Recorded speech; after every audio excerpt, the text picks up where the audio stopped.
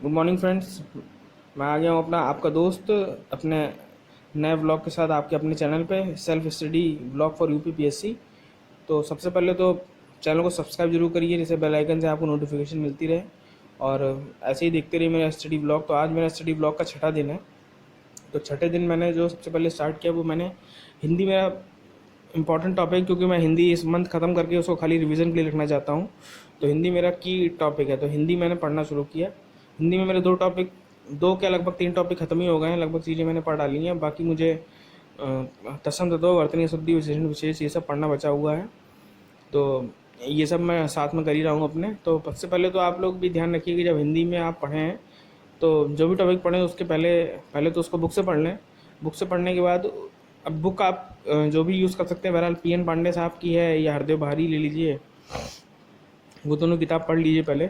उसमें लोग कहते हैं कि बहुत सारे दिए हुए हैं। हाँ तो भाई बहुत सारे दिए हुए हैं तो बहुत सारा पैसा ही मिलेगा ना समीक्षा अधिकारी में जॉब करोगे जब।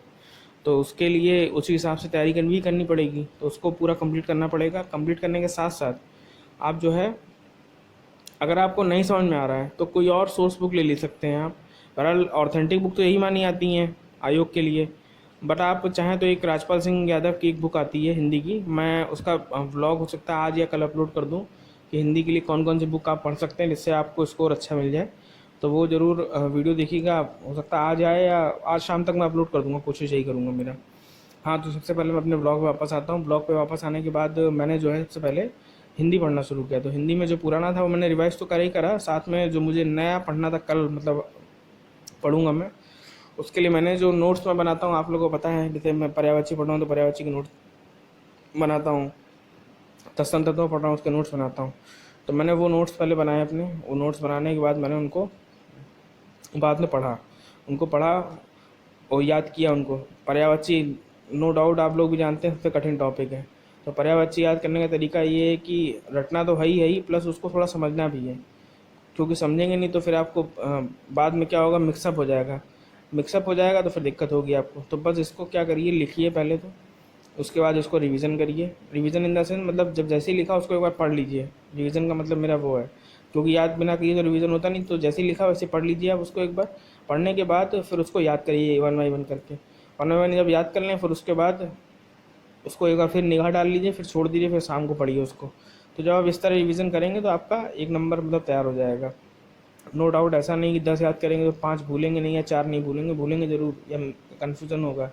बट कोई बात नहीं, दिन बाय दिन करते जाएंगे तो इम्प्रूवमेंट आता जाएगा धीरे धीरे। उसके बाद मेरा मैंने क्या कहते हैं आपका ज्योग्राफी पढ़ा। ज्योग्राफी में टोपोग्राफी पढ़ रहा था। तो टोपोग्राफी मेरी कंप्लीट हो गई, बस थोड़ा बचा हुआ है। तो मैं आधा एक लेक्चर बचा हुआ था, तो वो शाम तक अगर हो जाएगा तो ठीक है, नहीं तो फिर कल मैं पढ़ूँगा उसको, टोपोग्राफी पढ़ लूँगा। और पॉलिटी मेरी चल रही है। तो पॉलिटी में मैं सोच रहा हूँ कि जो मैंने नोट्स के लिए एक वीडियो डाला था कि पॉलिटी में ज़्यादा स्कोर करने के लिए कौन कौन से टॉपिक को यूज़ करें, मतलब कौन कौन सा टॉपिक पढ़ें। तो मैं सोच रहा हूँ न्यायपालिका वगैरह टॉप पॉलिटी को उठा के पढ़ूंगा।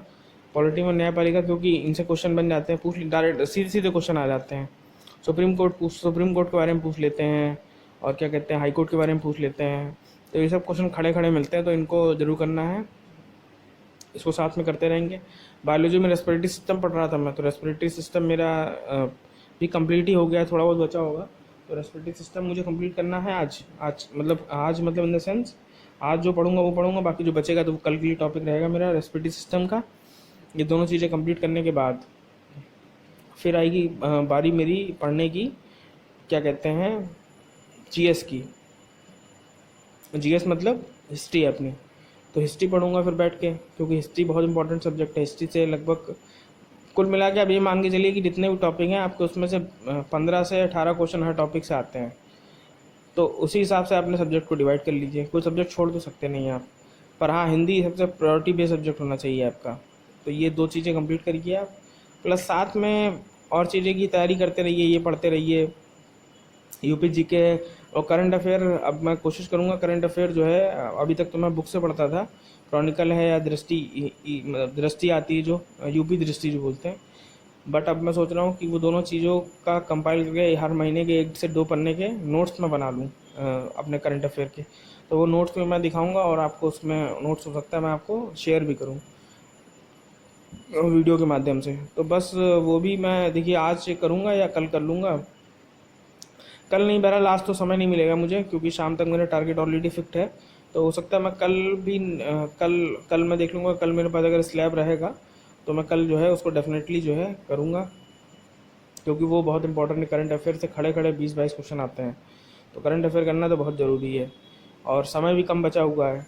और अब अगर मेरा ये तत्सम तद्भव या पर्यायवाची इस हफ्ते हो जाएगा, तो मैं फिर नेक्स्ट संडे, मतलब इस संडे से ही हो सकता है, अगर हो जाता है उससे पहले, तो मैं मॉक टेस्ट देना शुरू करूँगा, क्योंकि मॉक देना बहुत ज़रूरी है। मॉक से मुझे एनालाइज मिलता रहेगा कि मुझे कितने नंबर मेरे बनना है, कितनी मेहनत मुझे और करनी है। तो आप लोग भी मॉक लगाएं, और साथ में एक चीज़ और ध्यान रखिए कि ऐसे लिखिए भले ना, पर ऐसे के लिए पढ़ते ज़रूर रहिए। और बस वीडियो में ऐसे ही बने रहिए, सब्सक्राइब जरूर करिए चैनल को, और thank you so much video देखने के लिए। Bye bye.